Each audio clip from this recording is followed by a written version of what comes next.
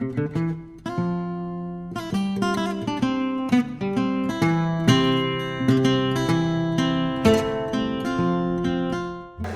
plateforme est importante dans la mesure où elle permet aux jeunes d'avoir un cadre d'échange d'informations et surtout d'analyse des données qui les concernent.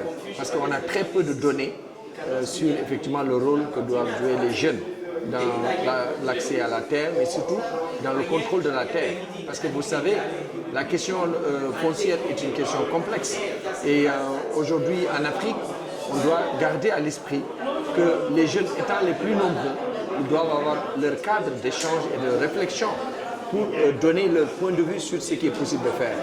De ce point de vue, la plateforme est importante. Mais elle ne doit pas oublier cette plateforme, en tout cas la création de cette plateforme ne doit pas faire oublier le besoin à ce que les jeunes soient conscients du rôle qu'ils doivent jouer dans la société. Parce que c'est des avant-gardistes de la société, c'est important qu'ils puissent comprendre comment accompagner les dynamiques en cours et quel rôle ils doivent y jouer.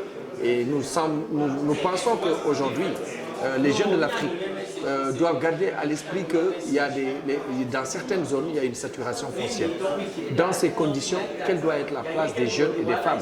Mais comment aussi la société peut gagner?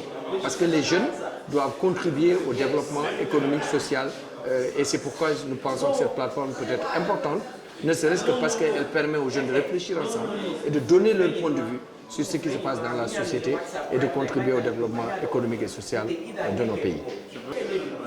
Aujourd'hui, la première question qu'il faut se poser, c'est la place des jeunes dans nos institutions de recherche. Parce qu'on sait que ces jeunes, que ce soit par les formations que nous donnons aux différentes parties prenantes, il nous semble que la place des jeunes est très importante. Il faut continuer à leur accorder cette place. Deuxièmement, c'est très important qu'on puisse garder à l'esprit que le développement mérite effectivement une dynamique particulière en termes d'accompagnement de ces jeunes pour que leur place soit reconnue. Et aussi, nous pensons que la création de la plateforme dans des institutions de recherche nécessite que les jeunes soient davantage outillés pour qu'ils puissent effectivement être à l'avant-garde de la collecte, de l'analyse des données. Parce que nous avons des jeunes qui aujourd'hui font des thèses sur cette question et il nous semble important qu'ils puissent aussi alimenter le travail en cours, notamment sur l'installation des jeunes. Nous sommes en train de documenter avec le CNCR et d'autres partenaires sur les questions d'installation des jeunes au Sénégal pour tirer le maximum d'enseignements et pouvoir le reverser dans une stratégie nationale d'installation des jeunes. Et nous pensons que cela compléterait l'offre de l'État à travers les domaines agricoles communautaires, à travers aussi ce que l'ANIDA fait et d'autres acteurs sont en train de faire. Et je pense que c'est important aujourd'hui qu'on accompagne cette dynamique. Et c'est heureux que ILC, qui est notre partenaire au niveau international, puisse accompagner cette dynamique en Afrique. Et donc ça va nous permettre aussi de croiser les expériences entre ces jeunes. Mais encore une fois de plus, les jeunes ne doivent pas s'isoler par rapport au reste de la société. Parce qu'ils sont des acteurs importants. Ils peuvent, même s'ils ne sont pas seulement sur la question foncière, ils peuvent être aussi en utilisant les outils informatiques. Aider la famille à mieux comprendre les dynamiques foncières dans la famille. Aider aussi à transformer les produits. Aider à réfléchir sur l'accès au marché, le e-commerce. Comment aujourd'hui les jeunes doivent être dans tous ces secteurs. Ce n'est pas seulement sur la production. Ils peuvent être dans d'autres secteurs, sous-secteurs, en tout cas dans les chaînes de valeur, pour que le développement puisse se faire. Et aussi, il faut les aider dans la formation, dans le financement. Et surtout, maintenant, l'accès au foncier devient un levier pour leur permettre de réussir. En Afrique, nous avons ILC, International Land Coalition. C'est pour aider à fédérer nos différentes initiatives en matière de gestion foncière. Et aujourd'hui, comme vous le savez, dans certains pays, nous avons ce qu'on appelle les plateformes multi-acteurs. Mais la place des jeunes n'est pas toujours reconnue dans ces plateformes multi-acteurs. Comment les jeunes, en tant que cadres, on voit de plus en plus que ce soit au niveau du ROPA, ils ont créé ce qu'ils appellent le collège des jeunes. Au Sénégal, il y a le collège des jeunes du CNCR.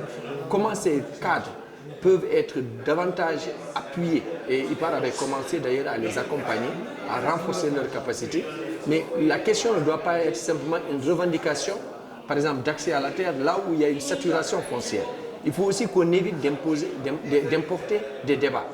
Les jeunes doivent réfléchir entre eux, parce que c'est important qu'ils puissent faire des contributions dans des cadres multi-acteurs, mais en même temps, ils ne doivent pas aussi seulement se focaliser sur l'accès à la terre. Parce que souvent, dans des zones où il y a des tensions même, où il y a une saturation foncière, il faut réfléchir la question autrement.